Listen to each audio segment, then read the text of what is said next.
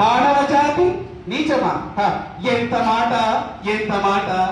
వైఖరిని వరకు వెంటాడి వేధించి ముప్పు తిప్పలు పెట్టి మీ ధర్మ సూత్రంలో మంటగలిపి 10 ప్రాణములు దక్కించుకున్న నారీమణి సావిత్రిది ఏ జాతి? మా నవజాతి.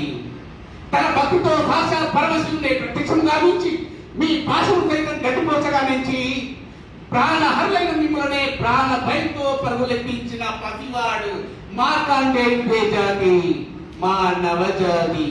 నీచ నీచమన్న మా జాతులలో ఉన్న ఏనాడో ప్రతిష్టత కట్టుకున్న మీరు నేడు జాతి జాతి అని మమ్మోహవేలం చేయ ఎంత వివేకము, ఎంత అజ్ఞానము, ఎంత కుసంస్కారము!